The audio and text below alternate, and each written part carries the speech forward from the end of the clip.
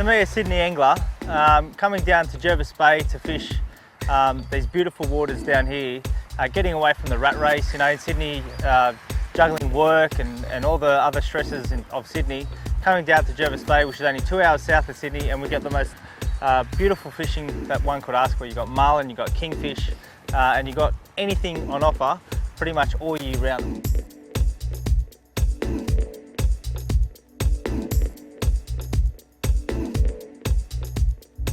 We're about 2 hours south of Sydney in the gorgeous, picturesque waters of Jervis Bay. Now today, we've got Chris Belden from Rapala on board, and we're fishing as Team Akuma, going out to chase the mighty marlin. Now there's been a few out there lately. They've been getting them on live baits and lures, so we're going to take both out there and hopefully nail one to show you folks at home what it's all about.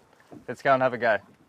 So basically we're just going to create a little belly trail with some leftover slimies we've had from last time, with a single hook, little 6-0 like that, with a little bit of bait on the end. And basically the reason why we fish with little or no weight is just so we can float that little piece of bait down the belly trail, and hopefully the slimies will be down there ready for us to catch. It's really important not to touch these fish. Use the D-hooker like that, turn the fish upside down, that way you don't get any slime at all off the fish and he'll stay alive in there all day long. As soon as you take a little bit of slime off, they generally don't last as long in the bait tank.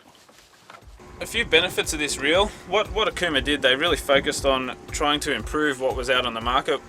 We pride ourselves on innovation. We don't like to copy things, so we took what was out there and we improved on it. The dual force drag is a perfect example of that. We've got a 2 drag plate system on the right side of the reel sandwiched together, and that dual force drag evenly distributes the drag pressure on the drag plate, and that allows for higher drag pressures, high drag forces, and no distortion on the drag plate. The drag knob is unique. Peter Pakula, who worked heavily with Akuma in developing this reel, he refined the drags for Australian conditions to fish IGFA rated lines. So straight out of the box, this thing will fish an IGFA rated line perfectly. A few really good technical bits of information on these reels that should make your day out fishing a lot more pleasant. Alright, so we've just put in a bit of effort getting a few live baits this morning. We've got a good tank full now, and we're just looking at heading offshore now to put them to good use and try and get a few marlin. Okay, now Dennis has just found a nice ball of bait in the sounder, so we're going to do a couple of laps around the bait ball with the lures, hopefully drag a marlin off the bait ball up onto our lure spread. Now if that isn't successful, we're going to have to drop live baits down to the fish. If they don't want to come to us, we're going to go to them. It's very important to be versatile when you're marlin fishing. Don't just think that pulling lures or one particular type of marlin fishing is going to land you that fish of a lifetime. You have to work for it. So right now I'm going to show you how we bottle up a live slimy. The way we do it, we get a size 16 rubber band again, that famous number. We've got our rigging needle. We put the elastic band through the eye of the needle. Then we get a slimy out. We'll get a live one out. You get the needle and you put it through his nose, like that. So the elastic band goes out through there. You get your hook, which has to be a circle hook if you're fishing to GFAA and IGFA standards. Put it through the elastic band like so. A few twists. And again, so it's locked on his head. That's the key. You want to lock it down nice and tight so it doesn't get stuck on the fish. Pull the eye of the hook out, so it should sit like that. Okay, now he's ready to be thrown out if we see a marlin or we want to drop on a bait ball. Now the way we get him ready, instead of having him stuck in the bait tank, we use our slimy tubes. So I'll turn them on. This is basically a tube that shoots up water like so. We put the slimy in there, the water will gush through his mouth. He'll sit in there all day long alive, happy as Larry. Chris is going to give me a quick hand now to put on the sinker on this live bait trace. So there you go, Chris, hold that in. No worries, mate. So what do you do this for again? Mate, the reason we're doing this is basically sometimes on the sounder, you get your bait balls that are sitting a little bit deeper in the water column. They're sometimes around 30-40 metres. If you just send out a live bait on the surface, you generally won't go down that deep. Okay. By putting a sinker on here and letting it down with the line, we're actually forcing him to go down to the bait ball. Yep. Hopefully where the marlin are doing laps around. Yep. They see this little fella all by himself, engulf him, and away we go. Yeah, well basically at the moment we're just inside the continental shelf in about 75 fathoms of water, 75 to 80 fathoms. That's the area where the fish normally hang out, where the bait normally holds up, just on the inside of the continental shelf. Yep. So that's about 9 miles offshore down here in Jervis Bay. Yep, so I'll get you to hold that in. Yep. Again, the size 16 rubber band. Jack of all trades, this little rubber band. And again, we wrap it around it. The reason why we're wrapping it around the leader, not up the main line, is so it doesn't get tangled. When we send the slimy down, Yep. because the sinker's on this side, it won't twist up the line as we send it down. It'll stay down. So we've done that. We wrap it through itself this time. Instead of bringing it together, we're actually going to put it through, like so. Oh, yeah, yep. Good Okay. stuff. Now the reason we do that, Chris, is so if we do hook up a marlin, we want that elastic band to break. So we put it through, we loop it over itself. Yep. And how heavy is that sinker? That's just a general snapper sinker. I think it's about About a pound, maybe? a pound, maybe Yep. half a pound.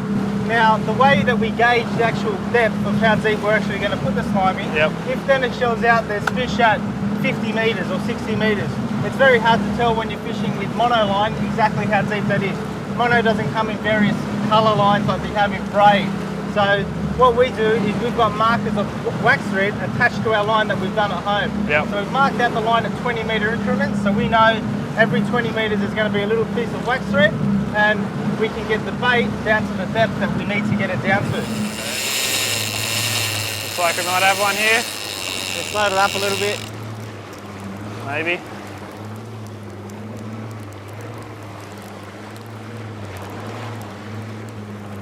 Yeah, it's coming tight.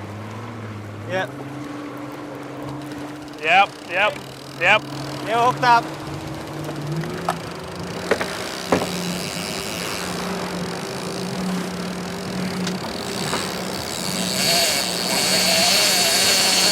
There we go.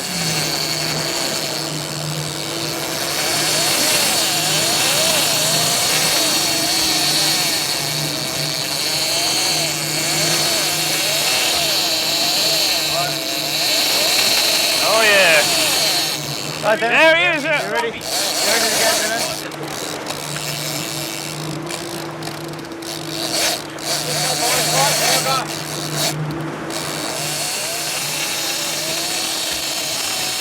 Belly. Going that way.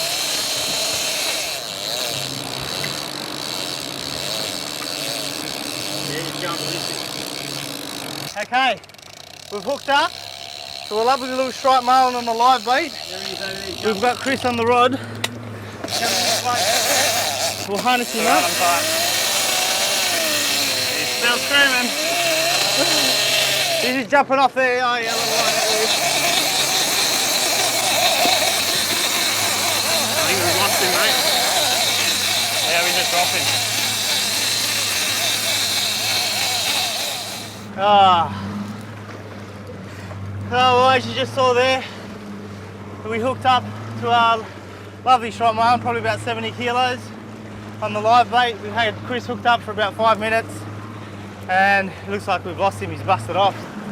At times the bait can disperse. If the marlin is smashing through it, you'll find that you'll go do a lap back over the bait that you found previously, and it seems to be gone. So one of the ways that you can just kick around and find the bait again is by skipping baits around. You just get some dead baits like these slimies that we have. I'm going to rig it up so we can tow it around on the surface.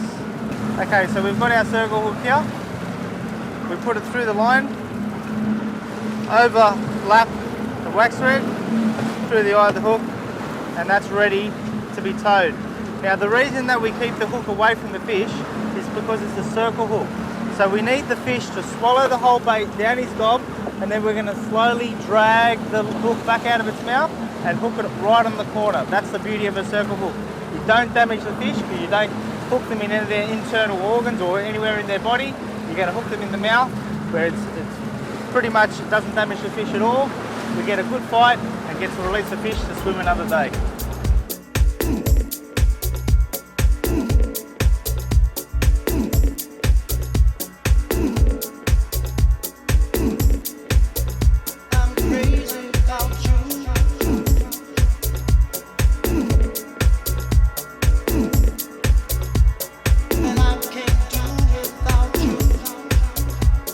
As you can see on the sounder now, you can see how that bait was down low and now it's coming up higher and higher, getting redder and redder. That means that the bait is getting forced to the surface by predators and hopefully being balled up by some packs of marlin. So hopefully soon we get a strike. That's exactly what we want to see on the sounder. All right, guys, we've just found a nice bait ball. It's taken a while, but we were just pulling up full strings of slimies. We've got a pretty full bait tank going on at the moment, but it's the best sign we've seen all day.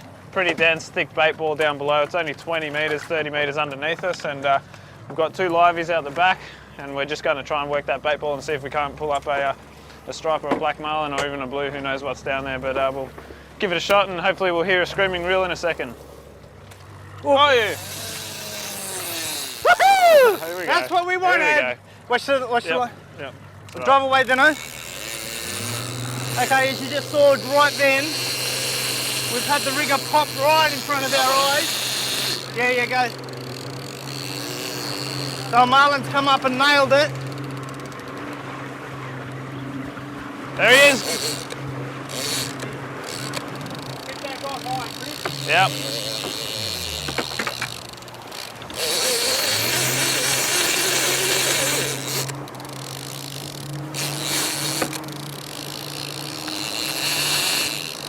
Oh! Yeah, we're still on. Yep. He's coming at us.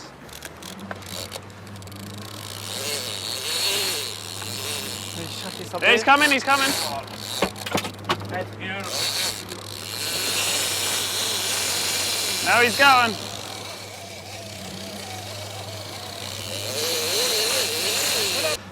So I'm fishing on strike drag here, which is 1/3 the breaking strain. With 24 kilo, that's 8 kilos of pressure. I'm actually a little bit above the button, so I'm probably around 10 kilos at the moment.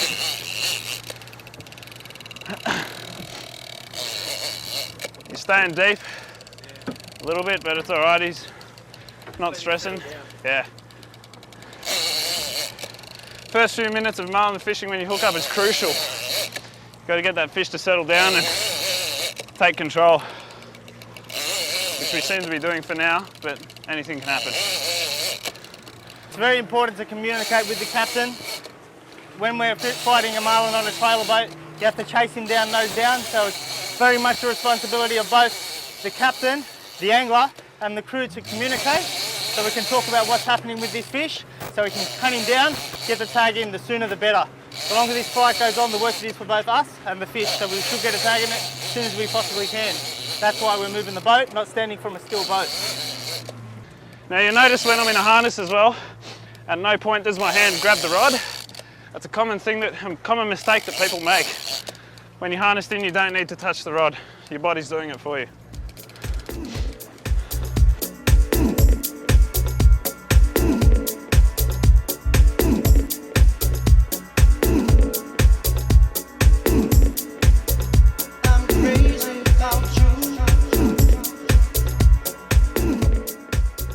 This is the prime time of year. We've got the right moon cycle, which is about 10 days before the full moon.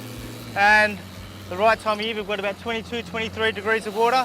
The bait balls are forming up. This is prime time for marlin.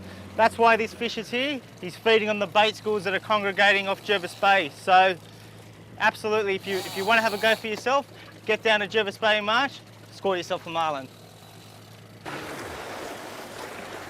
Tagged in. Yes. Oh, that's a relief. We're okay. back. As you just saw then, as marlin do, no one can control what they do. He ran under the boat, so Chris was forced to get out of his harness and put the rod under the boat. That was critical, otherwise the line would have busted off on the other side of the boat. Dennis, doing the right thing, backed off the fish, so the line didn't go anywhere near the back of the engine. And we ended up still staying connected to the fish and tagging the fish, which is exactly what we wanted to do. Hopefully, show you folks at home a nice close-up of this beautiful striped marlin. It's a nice fish actually, probably about 90 to 100 kilos, lovely size. Lovely to see him swim away too.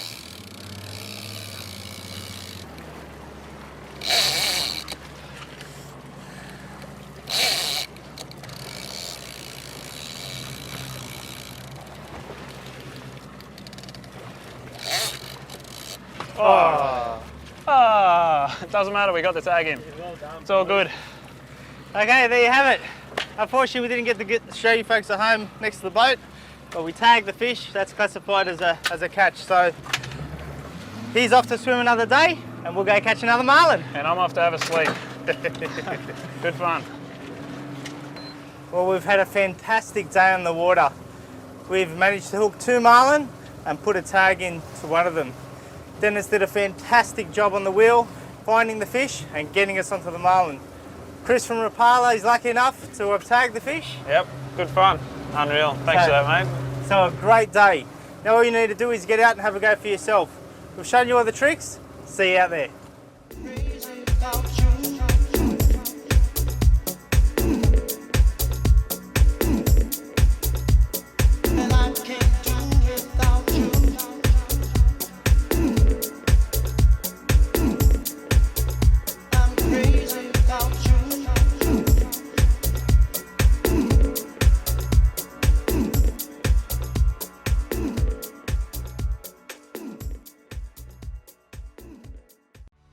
It's Bill Klassen here from The Fishing Show, and if you like this instructional video and want to learn more, it's simple.